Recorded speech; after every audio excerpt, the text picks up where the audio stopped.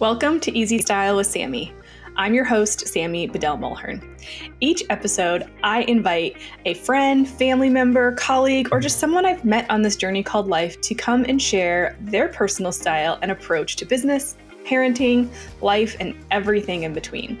You'll hear motivational and inspirational stories that will help you refine and build your own personal style. Remember, style is easy when it comes from within.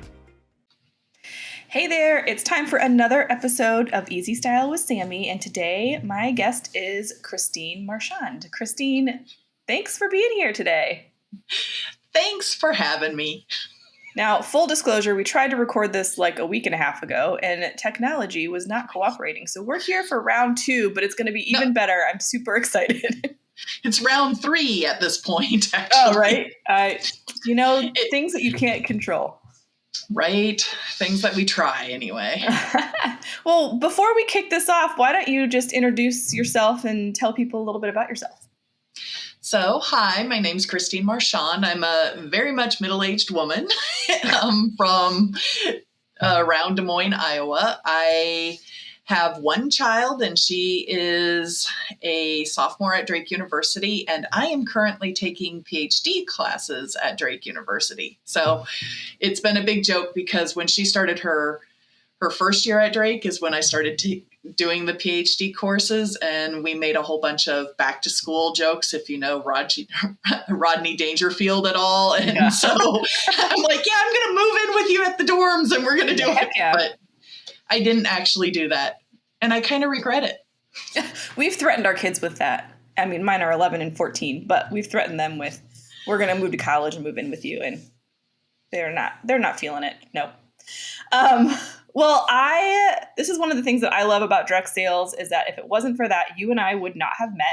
So we met because one of your friends hosted a party and you jumped right in. You've been one of my most amazing customers and VIPs. But beyond that, we've developed a friendship. And even though it's interesting how geographically close we are now, and when you first joined our group, I was living in Oregon at the time. So definitely not a situation where we would have ever met. So that's one of the things that is my most favorite thing about direct sales.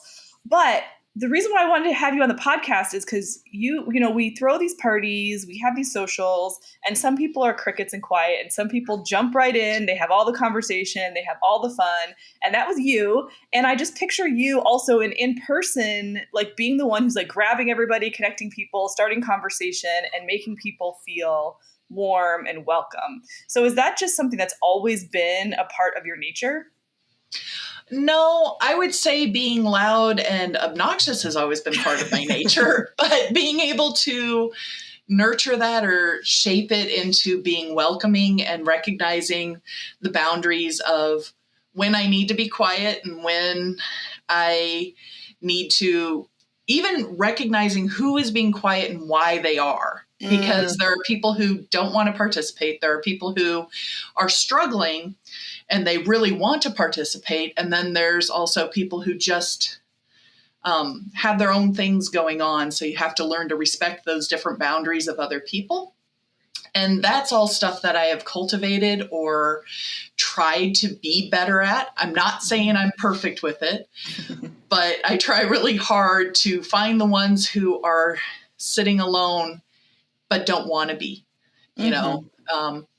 And honestly, I think I'm doing better with that because I got this huge compliment after our first in-person class, because a lot of our classes have been online for my PhD. My first in-person class, at the end of it, somebody who isn't even technically part of our cohort, but he was in this class with us, he came up to me afterwards, and he's an educator, so he knows these things.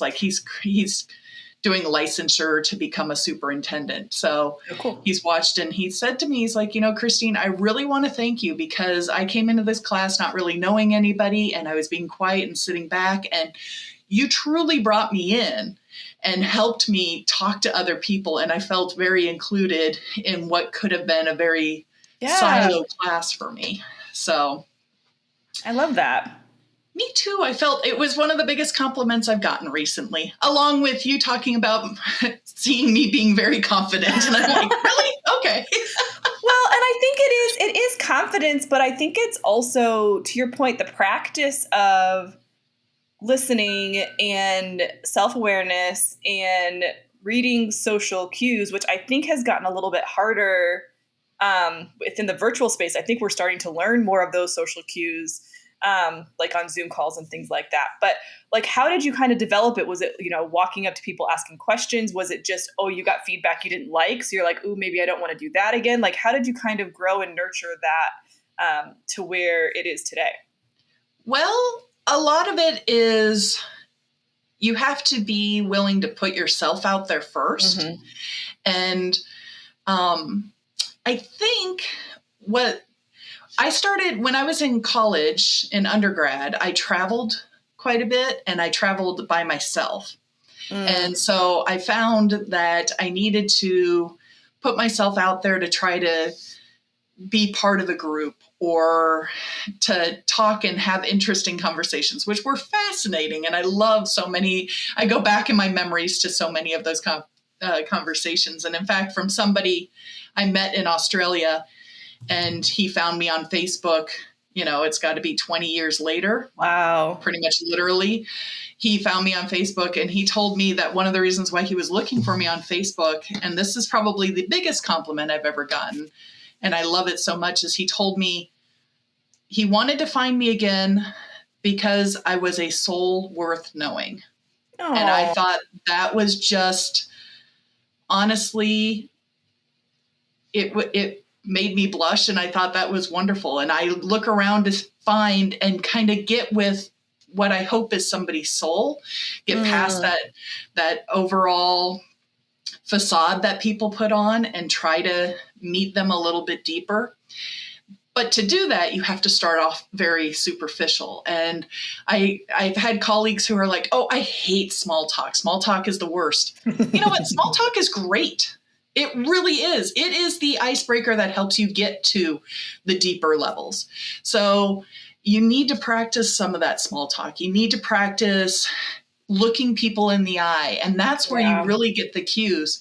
And what helps if you've gone too far and they need you to back off, or if you and there is a certain amount of, you reach a certain age and you no longer care what people think about you. Or you care less. I guess I still care, but I try to reel it back in and be like, this is who I am. And this is what I'm going to try to do. I know what I bring to the table for the most part. There's always somebody who finds some part of me that I didn't know. And that some of that includes being too much. And I get that. I am definitely too much for some people. But I think what you're saying is, as long as you show up with intention that's pure and good and coming from a good place, you can't control how other people react. So that reaction is not a reflection on your self-value or your worth, but on having the understanding of saying, okay, this might not be the right combination. I'm going to just gracefully back away from this conversation is okay, but it doesn't need to mean that you need to change who you are, or that you're insert whatever word you want person. Right. But I do think it's important to understand that when your intentions are pure, or that I'm trying to come as myself, part of that is also understanding and wanting to meet someone where they're at. Yeah. Because what's good for me might not be good for you. My tendency to interrupt people, because I get very excited about everything. Like if you're saying something and I can relate to it, I really want to tell you how I relate to it, not to make the story about me, not to change the subject back onto me, but I know that's often how that can be interpreted. Yeah.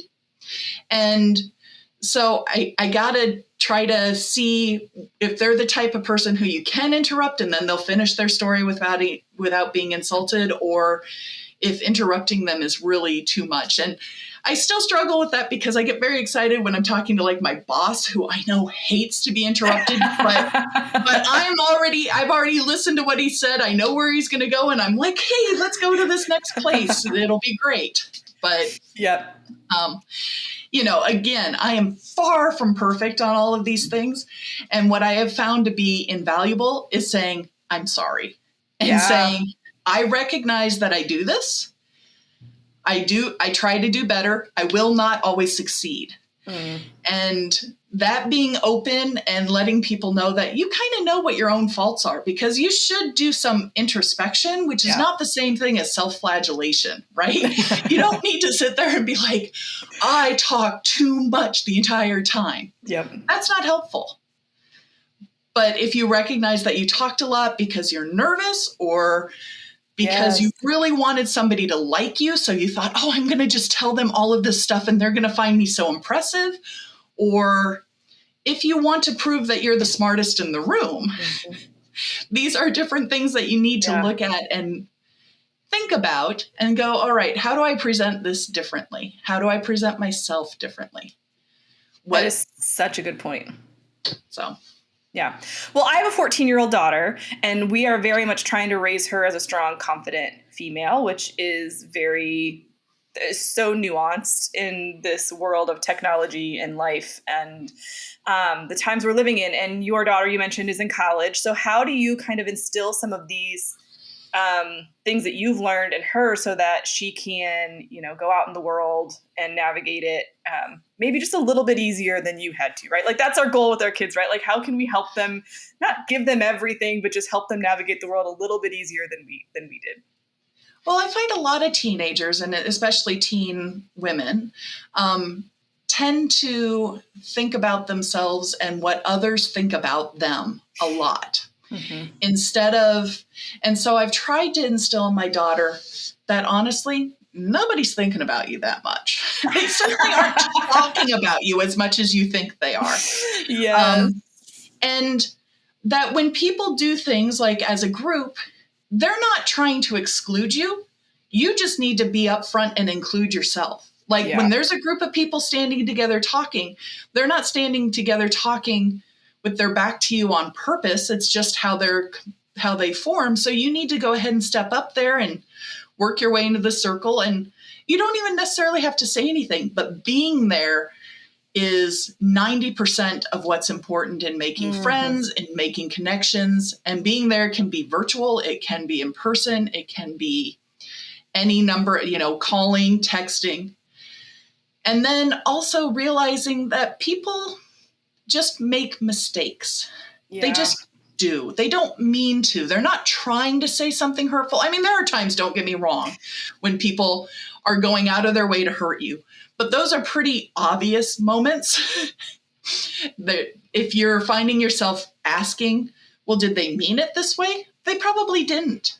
It's partially giving them the benefit of the doubt. It's also giving yourself the benefit of the doubt, knowing that you are good enough as you are, that people are not looking to destroy you, right? Yeah, well, I think that's something we take into adulthood, because I've shared this before many times, but like whenever I get a text from a client that's like, hey, you got a second to chat, I immediately go into like panic mode of, oh my gosh, they're going to be mad at me. They're going to be upset with me. When usually it's just like, hey, I can't figure out how to do this. Or could you show me how, like, it's no big deal, and so that's something I've been working on. So like, what a great lesson to learn or to be taught at a younger age, that like, just trust yourself. Like if you're doing the things that you know are right in your gut, then trust that the right things are going to happen. Agreed. Exactly. Yeah. Okay, so then do you guys compare your college notes, since you're both at the same university? Like, do you compare what life as a PhD and life as an undergrad is like? A little bit, but it, partially because she might be complaining about her reading or whatever she has to do. And I'm like, but look at my reading. But it's also different because the way the PhD works is I take one course at a time. I take 2 courses in a semester, but it's just, semester, or 6 weeks and 6 weeks. So, but having worked at the university for as long as I have, I've been at Drake for 14 plus years now. I've seen what a lot of undergrads are still going through. And while I don't talk a lot with the undergrads, I do surveys of the undergrads and I otherwise interact with them, and I see the patterns and I hear from the faculty how things have changed in 14 years. And it is really hard because one of the biggest things facing our students today and younger generations is mental health issues, right? There's so much more anxiety, so much more depression that is being recognized and treated and being expressed by our students, whether they're treating it or not. That it really has changed the way university works. It's not the same undergrad experience that I had when I was an undergrad. Although there still are a lot of things that are very similar. Of course, when I was an undergrad is when the internet started. I mean, I was on the internet in 1990, but actually 1991 is when I was first on the internet talking to people around the world, like literally people in Australia and everything else. And technology has so shaped my child, your children, I'm sure as well, everybody coming forward, everything with the chat GPT. GPT, thank you. I'm like CPT, no, GPT, and how that's going to affect classes and learning.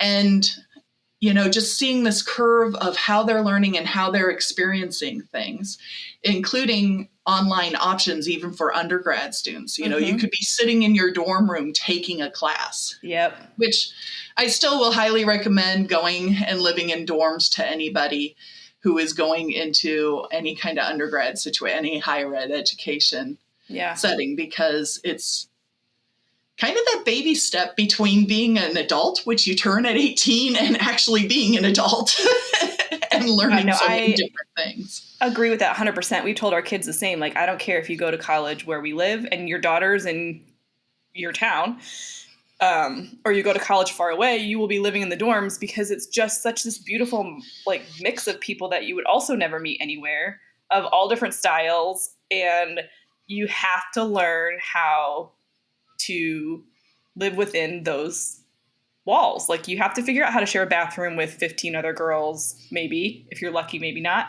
But neighbors being loud, like people that you wouldn't necessarily meet. So it's like a great way to kind of grow and build on those communication styles. So I agree with that 100%. Also agree with you on the mental health stuff. And so I'm curious, because I'm sure a lot of listeners have kids that are about to graduate or going through the college process. Are there tips or things that you might, because again, when I went to college was in 2000 and everything was paper. You had to fill out all of your paper applications, send everything in. Now they have group, you just fill out one master form online. It's called the Common App, mostly. Thank you. We're not there yet. But the whole process has changed. So when we're thinking about how we're sending our kids to college, how we're supporting them with communication, how we're supporting them with their mental health, are there other things that we should be looking at compared to just academics and extracurriculars when we're evaluating kind of some of these things for our kids? One of the things that I think is extremely important, and the pandemic shifted it so much that we're having trouble, I think people are having trouble becoming accustomed to it again, but is actually going and doing an on-site visit of that campus.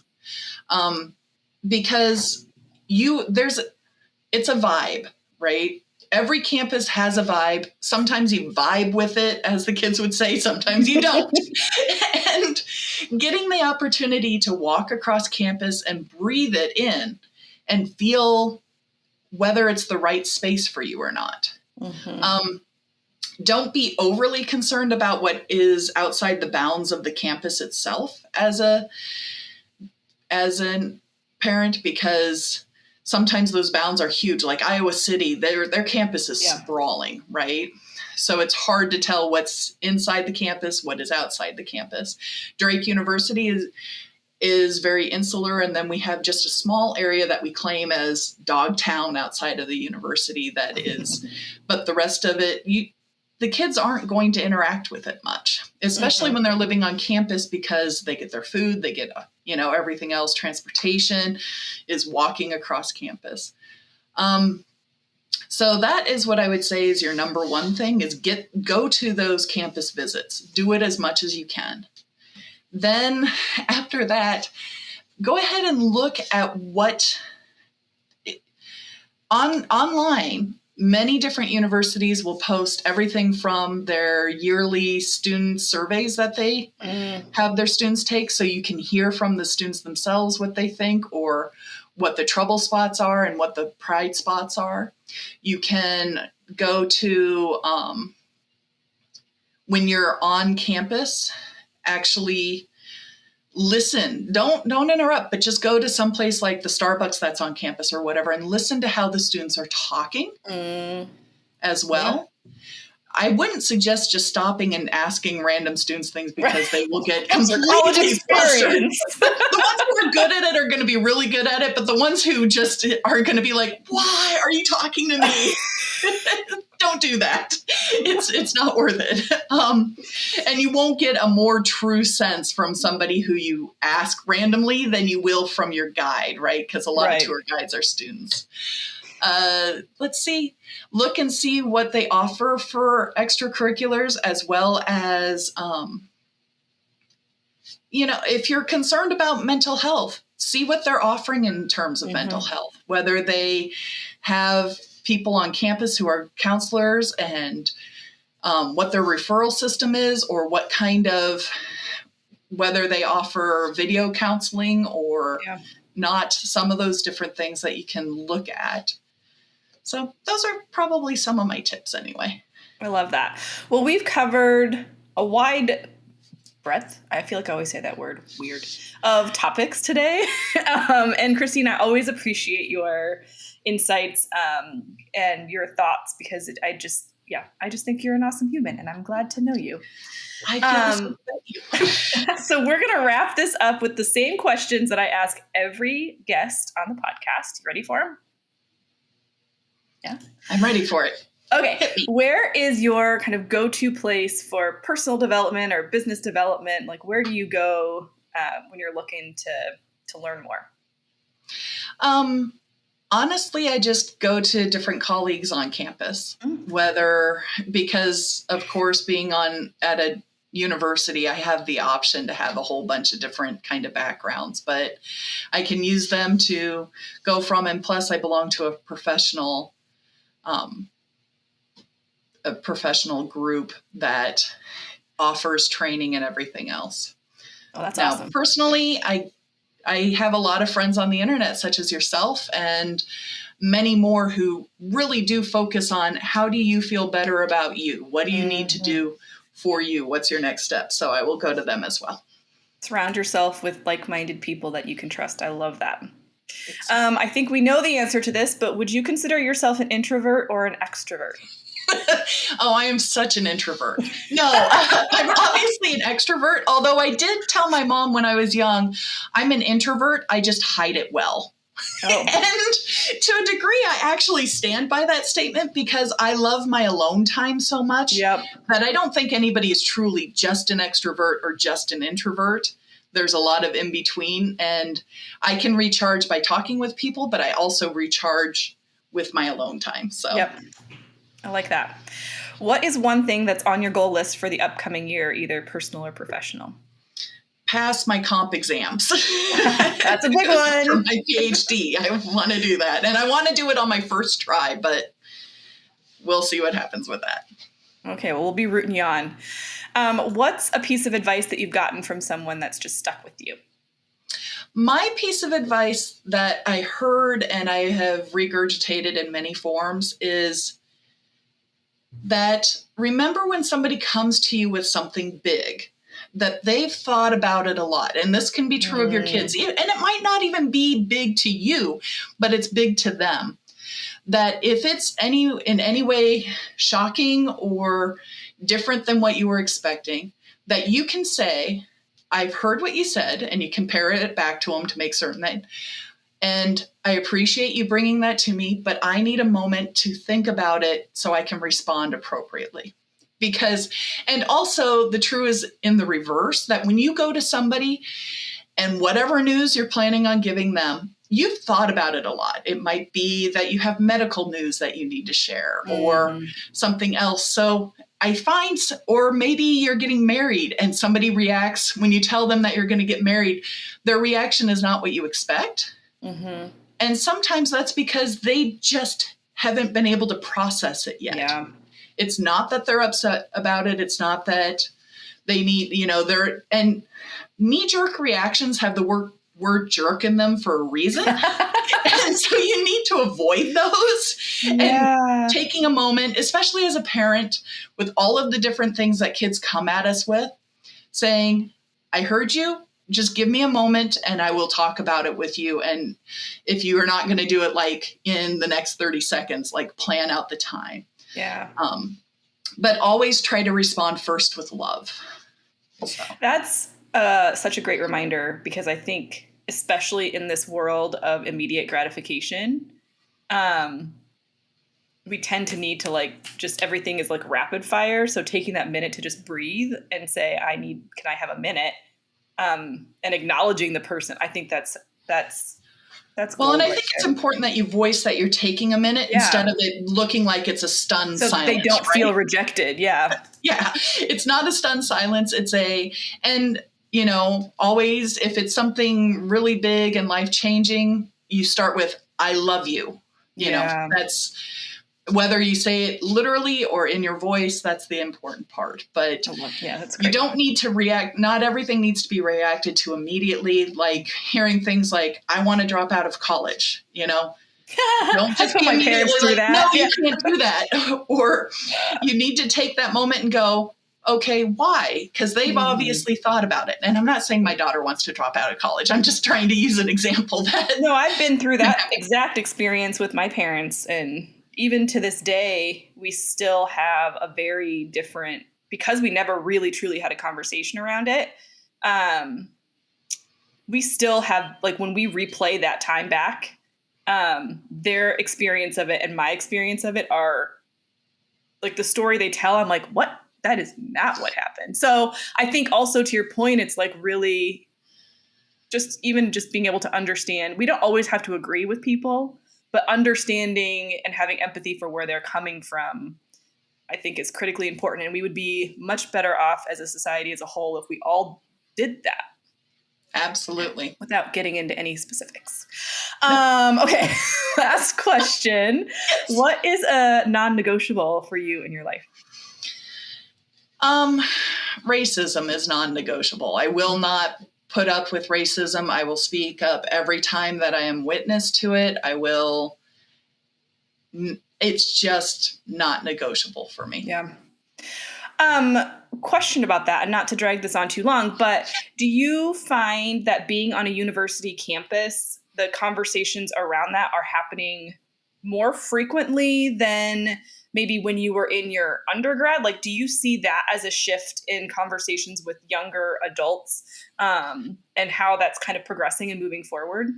A little bit, but partially it just has to do with my world opening up. I mean, my undergrad was Luther College in Decorah, Iowa, and my high school was Urbandale High School in Iowa as well. So not a lot of variety and diversity going on. And so it's a little bit of exposure. So I started traveling. And so, of course, when I travel, as soon as you travel, it opens your eyes to so many different things. My first undergrad, my master's degree is from Notre Dame. And again, not a lot of diversity even, but they tried for it. So we had some, at least. But what I find depressing is the exact same conversations have been happening my entire life, as far as I can tell. That there are a lot of needles that haven't been moved. And I've seen things go forward and I've seen things regress. And really, the reason why things are being talked about now have to do with current events, right? And also this understanding that making spaces is not enough. You need to make people feel welcome and change the culture. Yeah. Because there still is an overall dominant culture that excludes people intentionally or unintentionally. Yep. So there's just so much work that is always going to be needed. Hopefully not always, but I'd like to see I'd like to see the needle moved ahead again. Yep. And so I wouldn't say that there's more conversation. I'm saying it's different. And I was aware of it even as an undergrad, but it was just a very different. It was different. It was a different framework, but the conversations were still there. It's things like finding out about sundown towns that existed in Iowa into the 90s, right? I mean, this is not ancient history. So sorry, you said not to go political. And no, it's okay. The thing is I don't actually consider political. No, I don't think racism is a political. It should not be a political conversation. No, I agree with you there. We'll keep being a voice, because I also think that when people are standing up and having a voice, it encourages and makes other people that are, just like we've been talking about in this whole episode about confidence, conversation, and bringing people along. I think the more that people like you can continue to have a voice that you use, will inspire other people to use their voice when they maybe wouldn't. So I appreciate you for doing that. And Christine, thank you so much for being a guest on this podcast. If people want to chat with you, connect with you, how can they do that?